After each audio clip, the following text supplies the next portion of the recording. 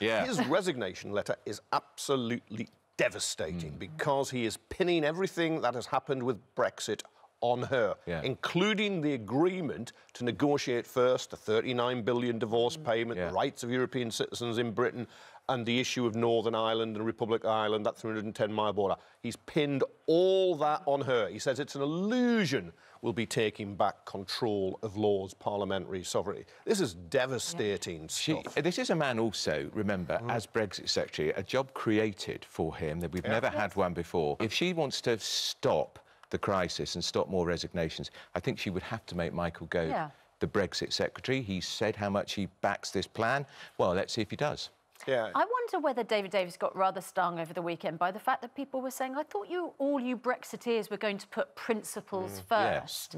And on Friday, they seemed to just put the deal first, even though it wasn't what they had sold to the voters before the referendum. Yeah. And whether, you know, he just thought, actually, you're right, it's not what we wanted. No, I think that jibe that he was a careerist, that hurt, and he was putting his own job before his principles, undoubtedly.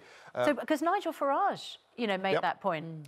He was contemptuous of him. He was contemptuous of him. I think it's stung, but I think also he is the Brexit Secretary, but how in control has he been?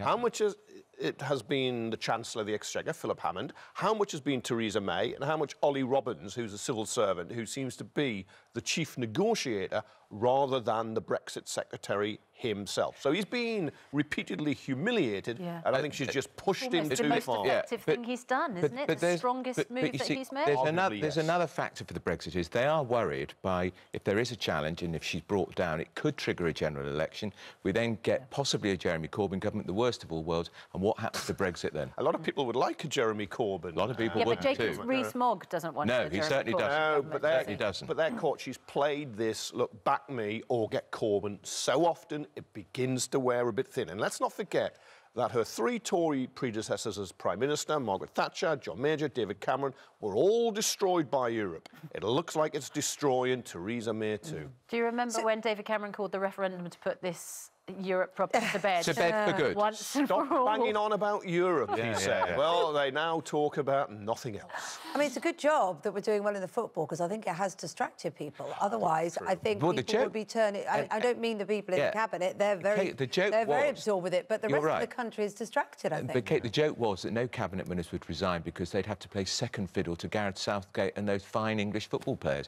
Because although David Davis would dominate today, then it would be the build-up for the football Sunday night. Maybe that's why he waited Sunday night. The government's taken a nasty turn. Then? Because there's no clue that if Michael Gove took over, there would be any difference in the way to push forward, is there? He's got a lot of sway with backbenchers. It might be. Look, this is going to be a to and froing for a long time, as it is now within the European Union. Remember, we've opted out on things like the Schengen Agreement, so free movement. We don't have it. You've got to show your passport. We're not in the single currency. We weren't once in the social legislation. We've opted out some of the criminal justice stuff. So he creates the impression that Europe has to be a single whole. That's not the case. So our relationship will evolve after Brexit. But I think where Michael Gove differs to David Davis is Michael Gove is now in his head. Maybe he's just doing it to defend his position and his job, but he's kind of seeing Brexit as a process rather than just a moment. And that you have a Brexit in March next year when you're out the institutions. Then you have your transition period to the end of 2020. Maybe something after that. So it's a longer term as you disengage. It's kind of, instead of just a big chop, it's a more organic, it's not the glittering vision, though, is it? But I do think... Well, that was always false. But I think that was an illusion. I think the letters will go, and I think she will face a confidence motion. So when you say... So the 1922 committee has to receive 48 letters challenging her leadership, and that would trigger a leadership and she speaks to the 1922 committee tonight, and that will be behind closed doors. Depending on how well she does or not, I think will determine it. But I still think in my heart there will be a challenge, and then she has to face off. There'll be a speech behind closed doors again, and she has to then win more than 50% of Tory MPs. But she might be fatally damaged in the way John Major was back in '95 when he was over Europe with John Redwood. But he survived. I think he won by 2-1. But of course, when you're fighting as a Tory party like this, and they are rats in the sack on this issue, how can you represent and negotiate for Britain? They're all worried about their own jobs. What about the jobs of people in Britain that are under threat on this? What about their livelihoods?